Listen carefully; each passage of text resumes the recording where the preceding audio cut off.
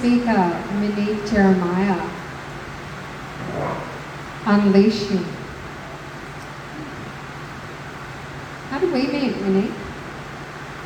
Did you put your application in through Monica? I did. Yes, yeah. For some of us, it's really interesting just how, just the connections that have been weaved for people to get here, whether it's through the Stories at Stir platform or friends that we've met along the way. So Monique Jeremiah, we have here for the second speaker. Welcome. Over there. So Monique is an ex-teacher to founder of Australia's top modelling agency for disabilities. Monique Jeremiah is the highly outspoken, trailblazing and daring entrepreneur and media figure behind diversity models.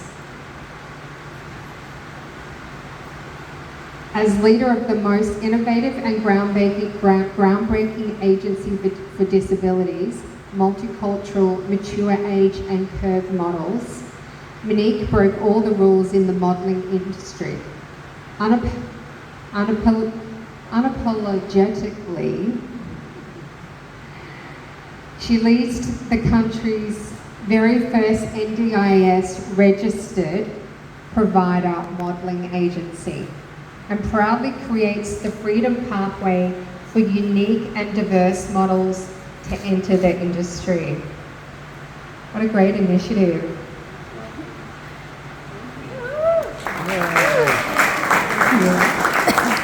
Hi everyone, and thank you so much for the opportunity to be here tonight. And I'd like to dedicate my presentation to my models at Diverse Models tonight, because without them, we wouldn't exist.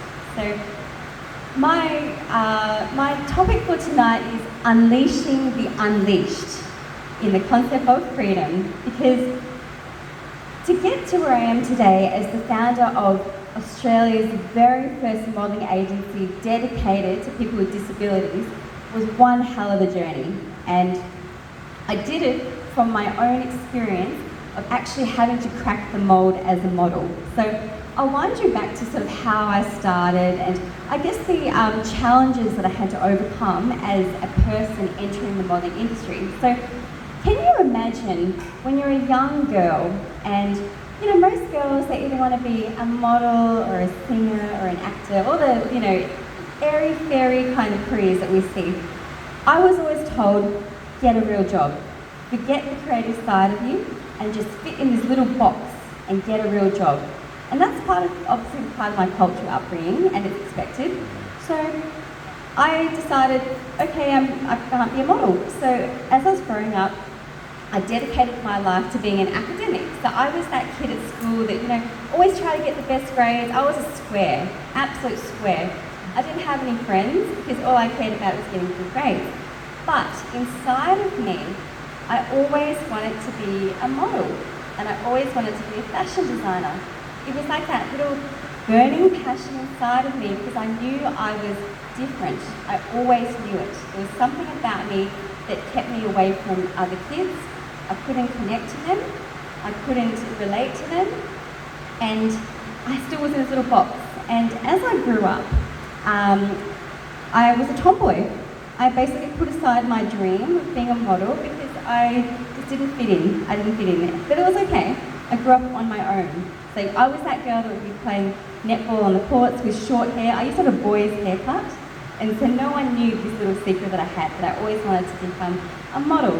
So when I was in my teens and my early 20s, I tried to get into modelling, without my parents knowing, because, having Asian genes, partly Asian genes, you don't become a model. You become a lawyer or you become an accountant or something serious. So I followed that pathway. It's stereotyping, but I'm being honest. But I went to a few agencies when I was younger and I approached them, and quietly I did this, and they all said no to me. They said, no, you're not good enough to be a model. And I was like, okay.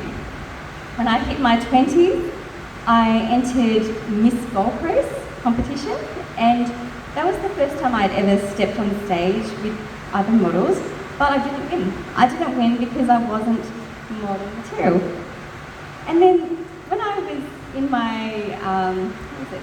My late 20s, I started to contact all the modelling agencies in Australia, and it got even more aggressive as I got into my early 30s. And I went to every one of them. I sent them all an email, and I pitched myself with them, and I said I would like to be a model, because at that point in my life, at 30, it was a pivotal point when I realised my life was resetting. So can you imagine? So I'm quite old-fashioned and traditional. At age 30, I was newly divorced. Can you imagine that? I'm actually divorced. I couldn't believe it. I thought my life was going to be, you get a job, you know, you go to university, you get married, you have kids, you follow the traditional path. But my personal life didn't go the way I planned. So I was freshly divorced, starting my life again, and I said, I've got to do something to really push me out of this box, because I've got to follow my dreams now. This is the time. This is when I'm free. I'm free to be myself. I'm free to be that woman that knows she's different, because I always was different. I just didn't fit in. Even in my school years, my university years, I didn't have a lot of friends because I was so different. But I was always in a box, in this cage. So what did I do?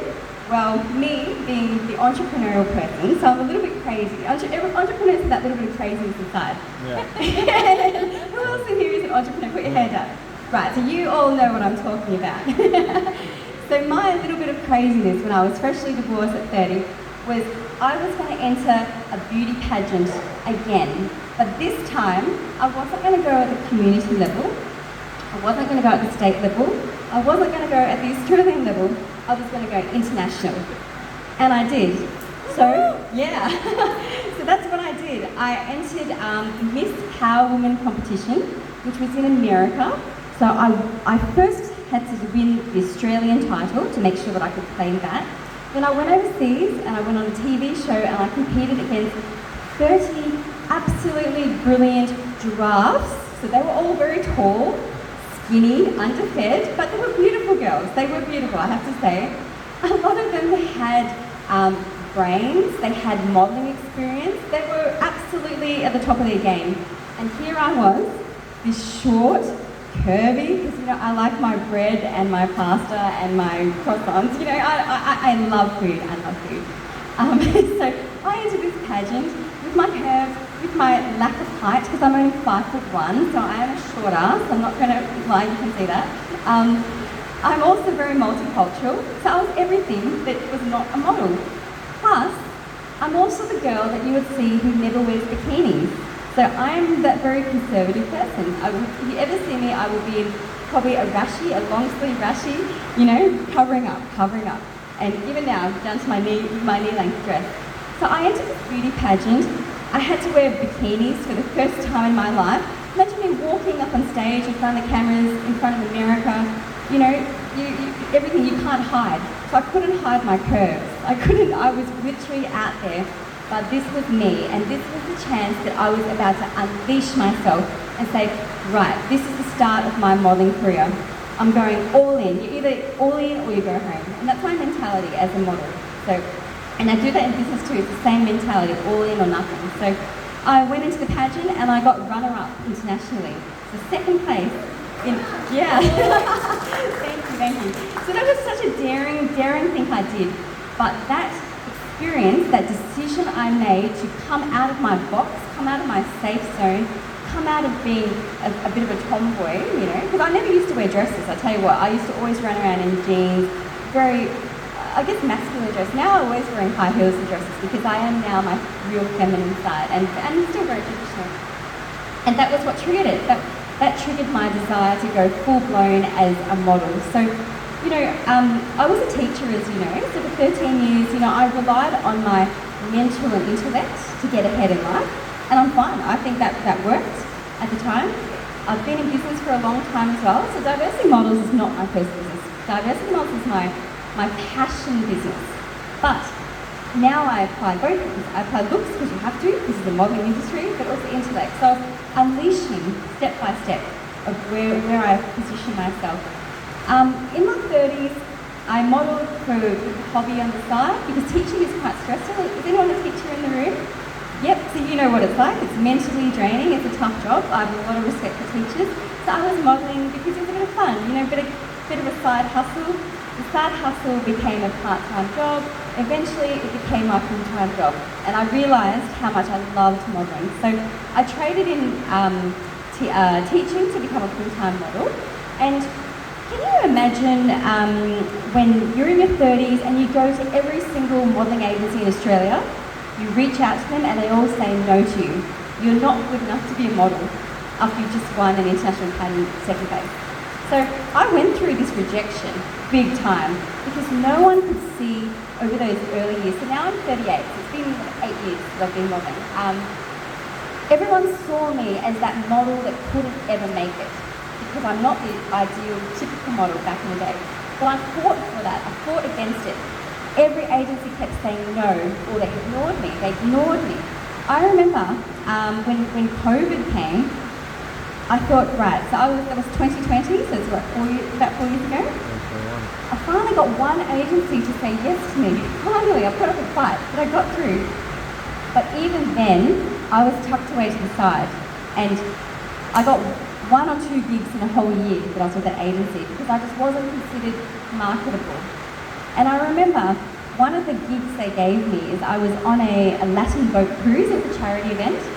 They hired me to sell tickets to the attendees because it was like a millionaire's boat. So they hired all the models to promote the product, sell tickets. And I remember the director of the agency saying to me, Monique, stop talking to people, shut up and just sell these raffle tickets. She said that to my face. So she didn't let me be myself, and I'm a talker, right? I'm a talker and I'm a networker, and I've been in business for a long time, and I'm a teacher. So I knew from that moment being shut down again, in the middle of COVID when I was, 34 I would have been, that was it. That was the change in my life that was going to happen next. So I literally, the next day, resigned from that modelling agency. I said, that's it, I'm not going to be in this box anymore, even though I was in an agency. And I left Australia and I went to Singapore, and I modelled full-time in Singapore, booked myself out. I realised I could do it, I could rely on myself. At that time, I quit my job in teaching completely, so I risked it all, literally. So teaching was something that I did on a contractor basis through my company, through the university sector, through the RTO sector, through the high school sector. I risked it all, I quit my job, went to Singapore, I lived there for 1 month.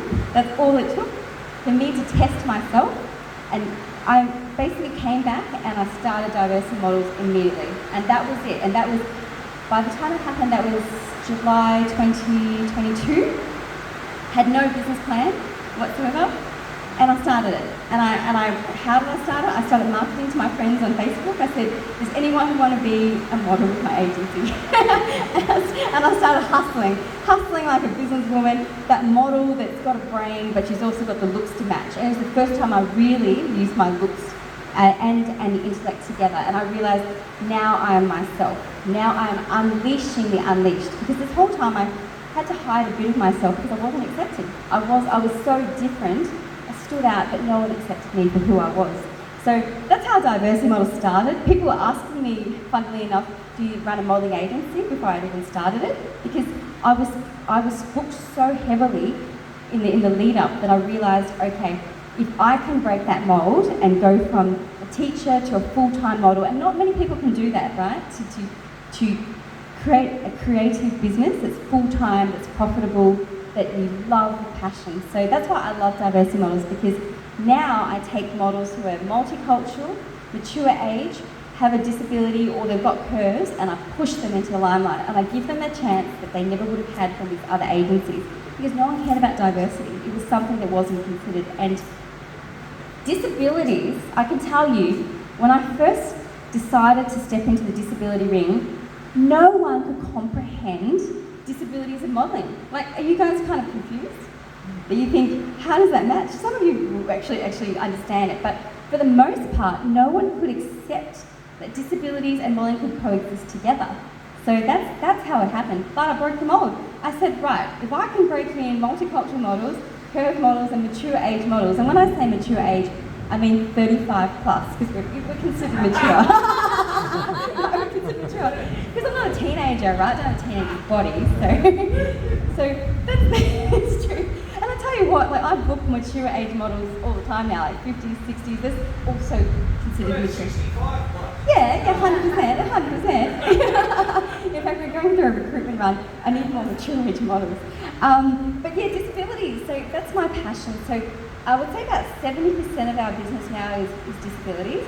It was a part of the business that wasn't even planned. How it actually happened is a photographer came to me about a year ago or so and asked me if I had a person with a disability as a model.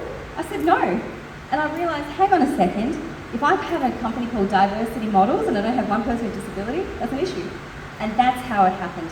So from there, I opened the floodgates, just like, Moses opened the waters.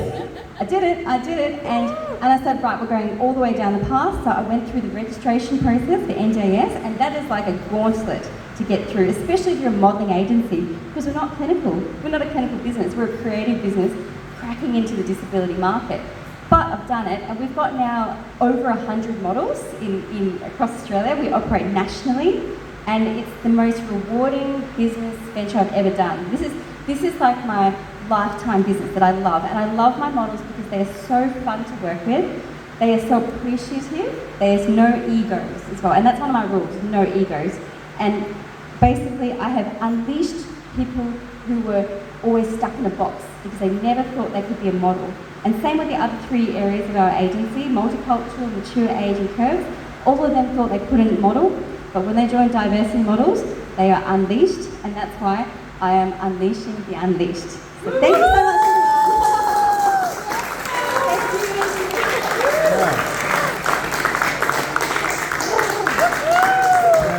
Can we bottle that? I'm sure you could bottle that enthusiasm and sell it, hey?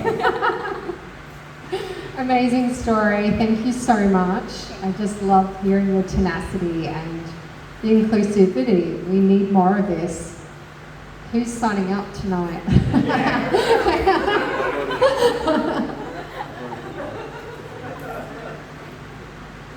Oh, thank you. Thank you.